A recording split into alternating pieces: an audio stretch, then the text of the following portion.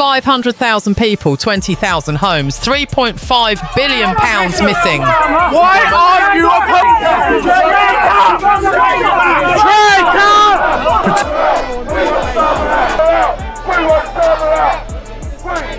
One Prime Minister trapped behind riot shields. Britain is burning. Not from bombs, but betrayal. What began as a housing policy has erupted into the largest uprising in modern history, led by the very men who once defended its flag. Files erased, laws repealed, promises sold. Stay, because what's collapsing tonight isn't government, it's trust itself. Breaking tonight, London is drowning in red smoke. 500,000 citizens marched through the capital, medals flashing beneath the glow of flares. 20,000 social homes, once belonging to veterans and pensioners, were cleared overnight to make way for migrant resettlement zones. At the centre of this betrayal stands Prime Minister Keir Starmer, accused of masterminding a £3.5 billion corruption network. Bribes hidden inside hotel and construction contracts, once branded as compassion.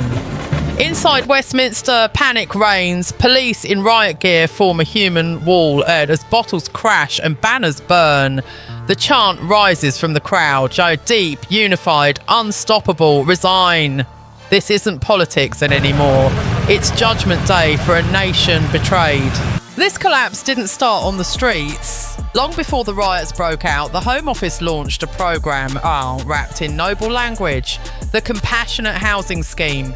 It promised refuge for migrants and stability for Britain. But beneath the aura of compassion was a machine built for profit and power. Westbridge Contracts Limited appears as a ghost. It's not just a participant, it's a donor. In a blatant act of political manipulation, Westbridge poured £5 million directly into Starmer's 2024 campaign fund. Within weeks, it was awarded £800 million in exclusive, no-bid hotel and construction contracts. The opening phase of a £3.5 billion national network. The entire corruption was exposed by the leak. 350 pages of Home Office secret files. Inside were fingerprints, coded memos, wire transfers, referral fees, all the way to Westbridge. Every signature, every invoice was another brick in the wall of betrayal. To be clear, this was never policy. It was prepared. It was a £3.5 billion financial machine built on bribery, disguised as mercy. Each signature on those contracts was more than ink. It was the price paid for the sale of national integrity. And when those secret files emerged, the illusion was shattered. The public saw the truth, a financial empire built on the corpse of mercy, with the Prime Minister's name written at the top. The Westbridge scandal is more than just numbers on the books. 20,000 families were forced to leave their homes, their names wiped off the housing register overnight. The contrast is stark. While 40,000 asylum seekers were housed in 50 luxury hotels, complete with breakfast buffets and spas, all funded by taxpayers, the men who built and defended this country were sleeping in car parks outside. One of them was Thomas Reed, a 67-year-old veteran of the Falkland Islands, who lost a leg defending the Union flag in 1982. Reporters found him sitting in the cold, clutching his service medals and a deportation notice stamped relocation order. His voice trembled, but never broke. I gave my legs for this country. Now I sleep in a car outside the house they took from me. Reed's story is not the exception, it is the rule. It is painful evidence of more than 20,000 broken promises. Each protest banner is not just anger, but loss. It is the chilling realisation that Britain's compassion has been sold to the highest bidder and its heroes have been sacrificed first. For years, the government has been waging a quieter war, not against a foreign enemy, but against its own veterans. The spark was the repeal of the Northern Ireland Heritage Act.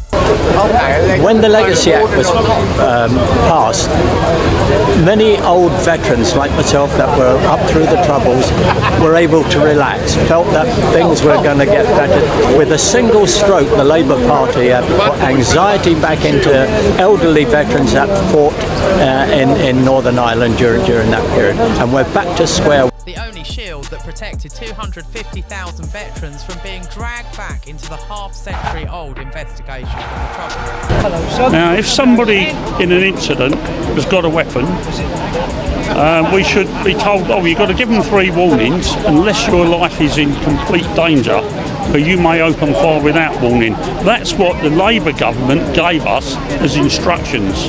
And now the Labour government has thrown us to the wolves. When Northern Ireland Secretary Hilary Benn stood in Parliament and declared the government had no choice, she was effectively tearing down that shield and leaving these men to the wolves.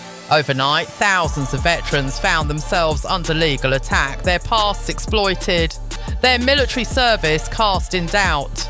The repeal of the law was not justice, it was procedural punishment, a slow, bureaucratic crucifixion. Everyone remembers Dennis Hutchings, the 80-year-old veteran who collapsed in the middle of his 2021 trial, accused of a snap decision made in 1974. His death served as a warning, but no one listened. Subsequent petitions with 176,000 signatures were ignored.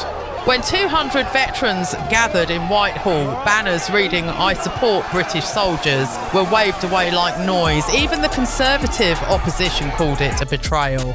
So when the Westbridge leak broke, when these same men discovered their homes were being seized to fund the same corruption that mocked their sacrifice, something inside Britain snapped. The rage was no longer about housing. It was about honour, about being hunted by the very country they once defended. Across the country, barracks were empty. Veterans in wheelchairs rolled alongside soldiers half their age. The marches were not planned, they were instinctive. Every step echoed the same truth. You can prosecute us. You can deport us, but you cannot erase us. The government thought it had buried the past, but in fact, it had resurrected it and given it boots, banners, and fury.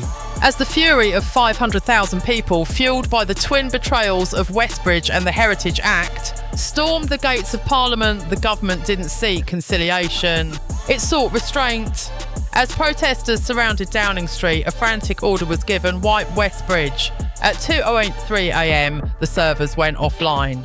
In a desperate 4-minute period of digital darkness, 25,000 encrypted files, contracts and memos were deleted in a single synchronised wipe from an internal Downing Street IP address. By dawn, the Prime Minister's press office blamed foreign interference. But it was a lie too flimsy to survive the light of day. A whistleblower had obtained records, timestamps, commands, deletion sequences, indisputable evidence that the order came from within. It wasn't a cover-up.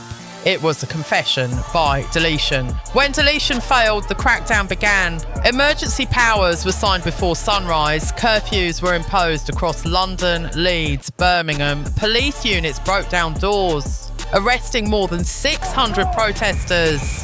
Among them was Thomas Reid, dragged from his car while cameras were rolling. The crackdown was supposed to end it. Instead, it laid the foundations for the movement. The records were gone, but the truth wasn't. Each deleted document became a new spark, each arrest a reason to revolt. And as the streets filled again, the chants shifted from anger to defiance. You deleted the files, you won't delete.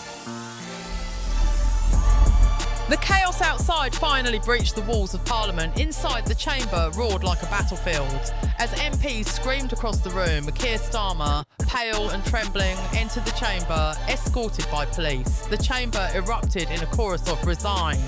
But it wasn't the noise that sealed his fate, it was the silence. From the public benches, a Falklands veteran rose. He said nothing. He didn't need to. Slowly, he raised his prosthetic leg above his head, the very symbol of the sacrifice the government had turned its back on. The room froze. The cameras caught the moment. The moment was immortalised. The Speaker's gavel slammed down on the table. A motion of no confidence was introduced. Within hours, 7 cabinet ministers had resigned and the markets were plummeting. But beyond numbers and titles, something deeper had changed. With that single gesture, 1 foot, 1 silence, Britain had judged its leaders. There was no courtroom, no verdict. Just the truth, standing alone on the dais. And as smoke rose over Westminster, Those outside knew the collapse was complete. The smoke over Westminster has thinned, but the echo remains. This was never just a protest, it was a reckoning. A nation remembering the cost of forgetting. From the trenches of Falklands veterans to the doorsteps of pensioners, one truth now binds them all. Britain's strength was never built on wealth, but on honour. Starmer may fall, cabinets may crumble, but something far greater has risen. A people who finally remember who they are. We are Britain, and we remember the files are gone, but the story isn't. What happens next will decide whether this was redemption or relapse. So tell me, was this collapse or correction? Drop your thoughts below, stay with us for the next chapter, and share it, not for us, but for those who can't speak.